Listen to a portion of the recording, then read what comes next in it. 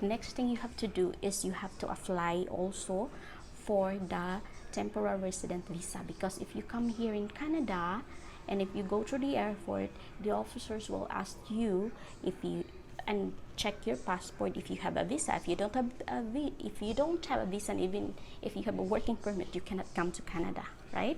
So if you can see this in the in your screen, that's what you have to go to do. You have to select the category to you look for an application package. You have to find work permit, work to work, and then what are you applying for to work in Canada. Then send an application package, visitor visa for worker within Canada, from within Canada.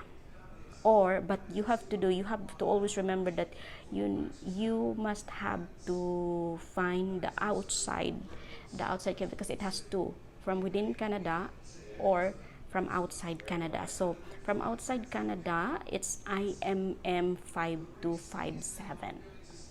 Okay, so it's the same thing as what you did with the application in the working permit.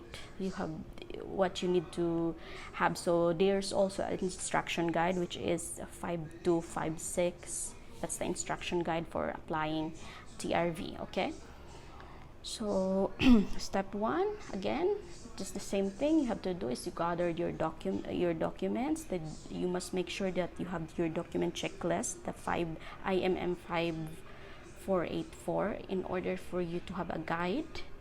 Okay, and then step 2, you have to complete the application. You have to fill out the application.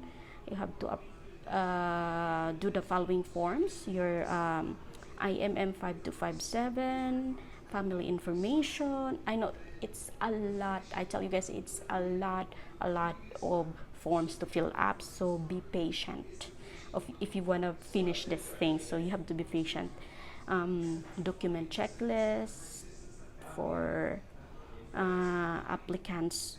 You remember, okay? Document checklist if you are an IMM 5484 if you are an applicant from outside Canada. If you are inside Canada, it should be document checklist applicant in Canada, IMM 5721 if you are inside Canada. Okay, so everything there, the statutory common law, again, use of representative if you have, but if you don't have, then that's X. Authority to release personal information to a designated individual, that's X. It's not applicable if you're not having an agent.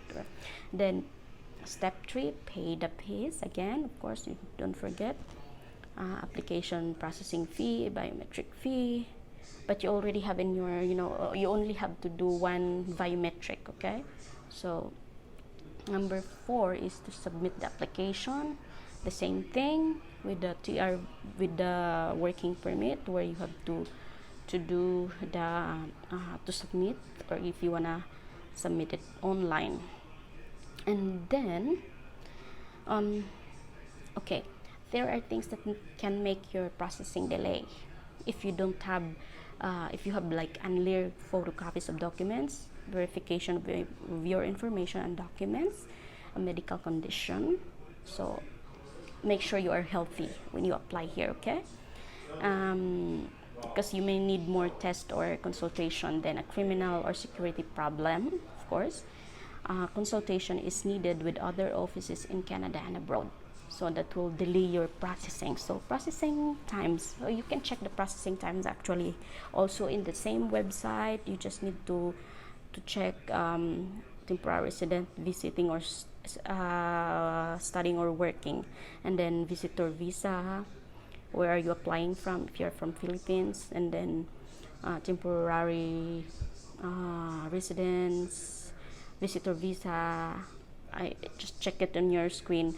Okay, you're applying from Philippines, and then it will show you visitor visa from outside Canada. It would take like 87 days.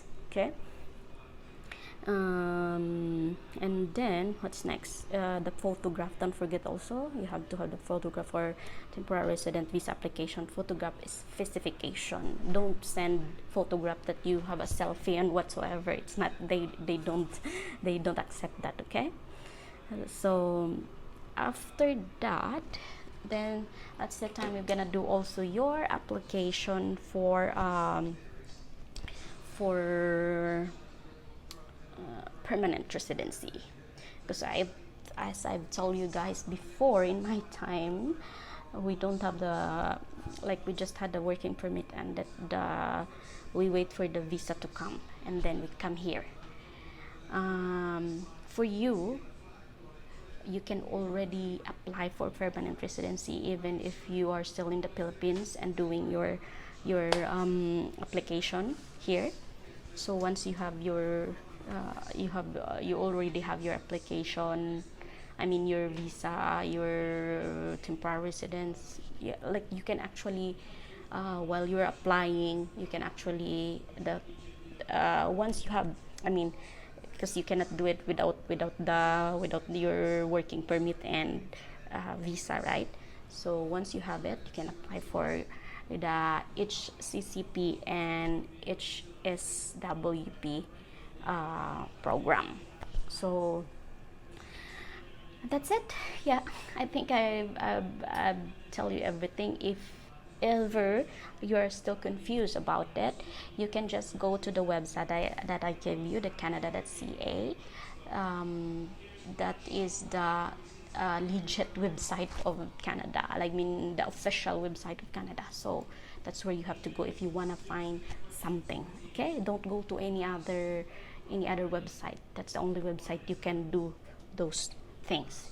And now, if ever that you think it's too much for you to do those work, if ever you want to do it like with an agent or with a agency, now I could give you an agency which you can apply even if you are in the Philippines or in any other country. This is a Hong Kong based agency, which most of Filipino caregivers or nannies, they accept application. So all you need to do is just to email your resume in their email address. I'm sure it's shown in there in the screen, and to go to their website, or much better in their Facebook account, because they can reply you in case you want to ask something. So that agency is called B4Work. So I mentioned this agency because I have a permission from them. So they told me if I have friends who wants to apply, I can recommend this agency because it is a licensed agency in Hong Kong, which caters Filipino nannies and caregivers all around the world. So even if you are in Cyprus, in Israel, or in any other part of Europe or anywhere in the world, you can apply to them through mails, through email, right? But you have to connect to them. They have a lot of employers right now that are looking for nannies and caregivers. But the thing is, you need to pay for the agency. That's the thing.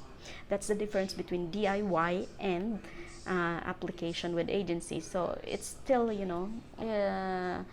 you have money, why not, right? If you have money, why not go to the agency? At least you don't have anything else to think about it, and it's sure, right? So yeah, that's what you can do for now, guys, and that's what I can do for you for now. So my blog is too long, and I'd like to say more, but it's too long already. So if you have more questions, you can just comment down below. If anything, if you want me to reply you quickly or whatever, like if I have time, also I read your comments.